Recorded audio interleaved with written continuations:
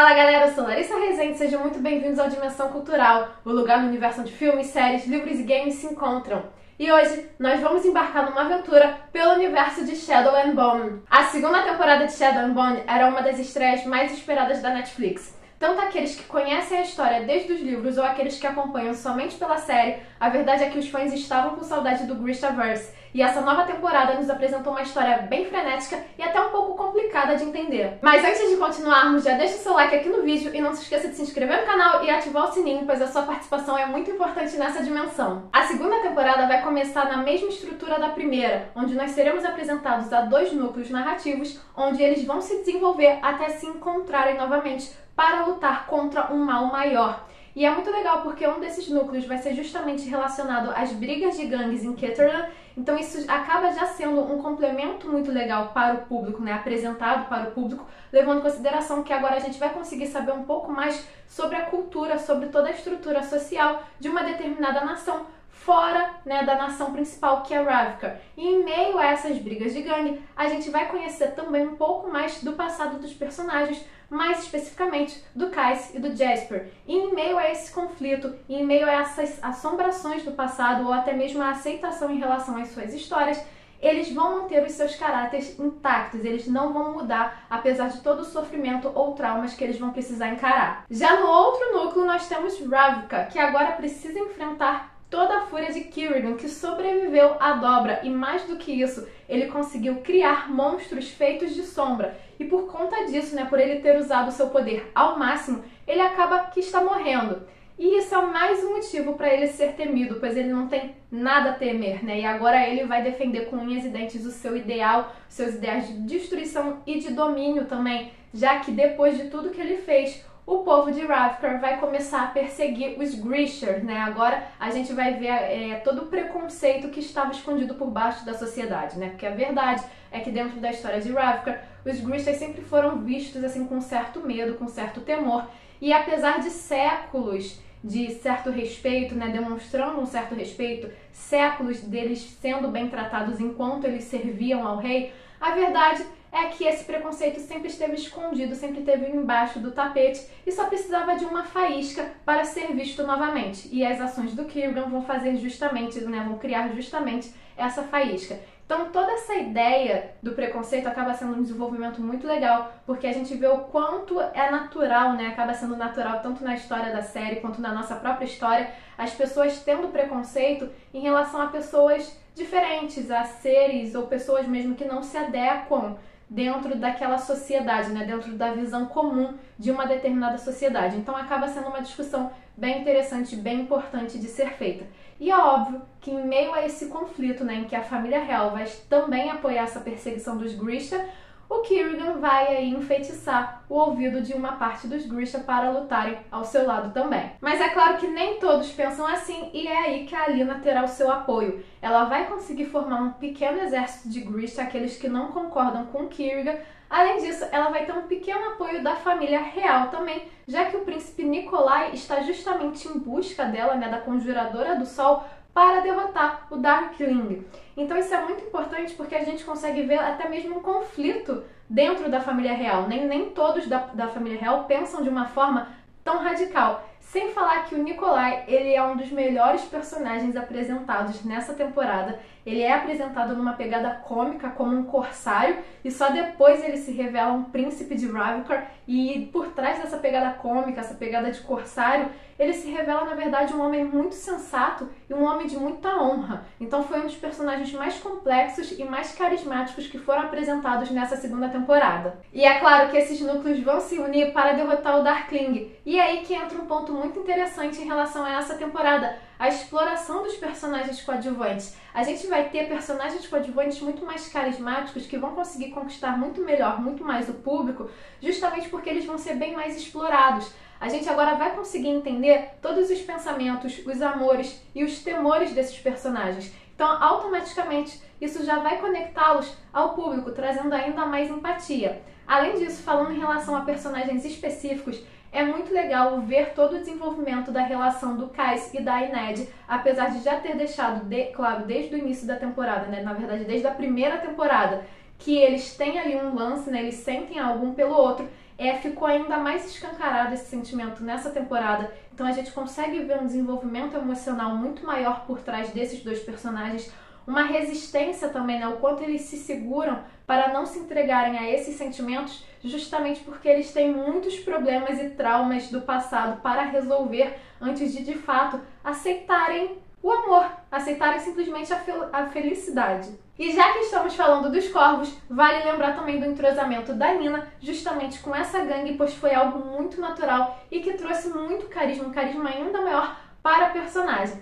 Além disso, nós também tivemos a introdução de dois personagens, né, de dois irmãos, Tolia e Tamar, que trabalham em nome aí do príncipe Nikolai, são de origem Shu e são incríveis. Na verdade, eles têm um entrosamento muito bom entre eles, né? A gente sente essa conexão de irmãos, mas eles tiveram um entrosamento com basicamente todo o resto do elenco.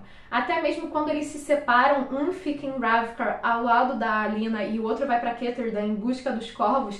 Nossa, é fantástico, eles conseguiram se entrosar muito com cada um desses núcleos que são diferentes. E na verdade acaba que é justamente esse entrosamento deles que une os dois núcleos em relação, né, justamente para enfrentar o Darkling. Então isso por si só foi sensacional. Na verdade, até a construção da relação entre a Alina e o Mal foi muito bem desenvolvida. Apesar de que eu preferia a Alina com o Darkling lá na primeira temporada, eu achava que rolava um clima assim bem maior e eu achava o Mal até meio sem graça. Mas a construção deles nessa temporada finalmente firmou o quanto a história deles é poderosa, né? Foi uma construção, foi um desenvolvimento do casal muito bonito, muito sensível e ao mesmo tempo cheio de revelações dolorosas para eles. Mas além desses personagens que mal apareceram e já conquistaram o público, a gente precisa falar da velocidade dessa temporada.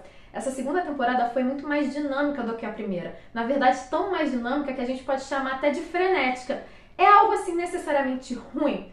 Não exatamente, pode vir a ser e tudo depende da forma como o público observa. Na verdade, a gente teve uma expansão muito rápida, né, muito grande e muito rápida nessa temporada em relação ao Grishaverse. Nós somos apresentados a várias outras nações e, consequentemente, novas culturas e novas mitologias e novos personagens. Então isso tudo foi feito de uma forma muito acelerada, não deu tempo para o público respirar. Então quem acompanha essa história somente pela série pode não ter entendido alguma coisa ou pode não ter prestado atenção. Na verdade, quem só acompanha essa história justamente pela série precisa ter uma atenção muito extrema, muito nítida, muito focada nessa temporada, justamente para conseguir pegar todas as histórias, todas as mitologias, todas as lendas que são contadas. E em meio a tanta ação que pode deixar a série um pouco confusa, nós também tivemos uma certa visão mais realista em relação à guerra. Óbvio, não é tão realista quanto em outras séries são. Afinal de contas, isso aqui ainda é uma fantasia que tudo indica que, apesar de todo o sofrimento, pretende ter um final mais feliz. Então, aqueles personagens que são essenciais para a história, para o desenvolvimento da história, eles permanecem vivos, né? Eles podem sair com um arranhão ou outro na batalha, mas eles vão sair inteiros. Mas ao mesmo tempo, a gente vai ter a perda de alguns personagens que podem não ser tão importantes assim para o desenvolvimento da história, mas são importantes justamente para os personagens que sobreviveram. E é aí que entra a questão realista da guerra. A gente vai ver a perda, a gente vai ver que ninguém está seguro e a gente vai ver toda a dor em relação ao que esses personagens vão passar por conta da perda das batalhas. Além disso, uma das personagens que nós perdemos nessa temporada é a Baghra, que é basicamente a melhor personagem dessa série. Desde a primeira temporada, ela é simplesmente incrível. E nesse momento em que ela morre, foi um momento muito sensível, muito forte, muito intenso e muito bonito, porque a gente consegue, enquanto fã, enquanto público, descobrir um pouco mais do passado dela, da família dela, o quanto a família dela está envolvida em toda essa história dos Grisha.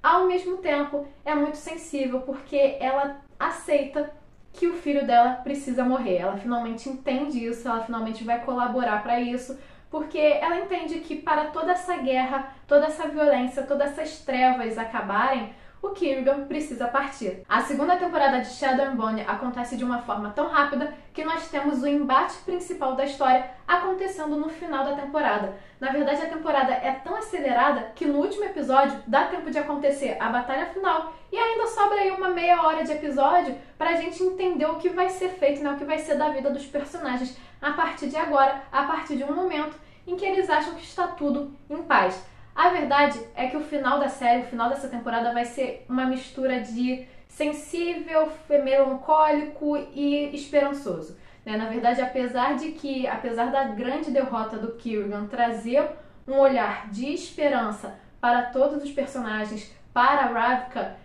também acaba sendo melancólico, até porque alguns personagens vão se separar. É muito interessante ver, por exemplo, a Inej partindo atrás do seu irmão, né? Então ela vai se separar lá dos Corvos, vai se separar do Qais, mas principalmente a Lina e Maul não vão terminar juntos. Ao final da batalha, a Lina vai sacrificar o Maul para pegar o seu poder, mas logo em seguida ela vai trazê-lo de volta com o poder que a Baghra deixou bem claro que ela não podia usar, porque o sacrifício, o preço que ela teria que pagar era muito alto. Mesmo assim, ela vai trazê-lo de volta para quando ele voltar, ele se sentir extremamente perdido, então ele não vai conseguir ficar com ela, ele vai precisar agora encontrar o seu caminho, encontrar um novo propósito. Então acaba sendo melancólico porque acabou tudo bem.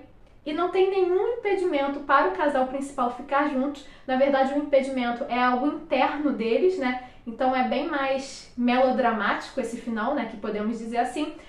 Ao mesmo tempo, numa das últimas cenas do episódio, a gente consegue ver o quanto o preço, né? Qual é o preço que a Alina vai pagar. A gente consegue ver que na próxima temporada, se houver uma próxima temporada, ela vai ser uma pessoa potencialmente perigosa. E essa temporada vai terminar de uma forma muito interessante, pois vai justamente encerrar um ciclo da história do Grishaverse e ao mesmo tempo vai trazer assim um empurrão para novas histórias, mas não é aquele empurrão super necessário que confirma, né, que mostra que com certeza vai ter uma próxima temporada.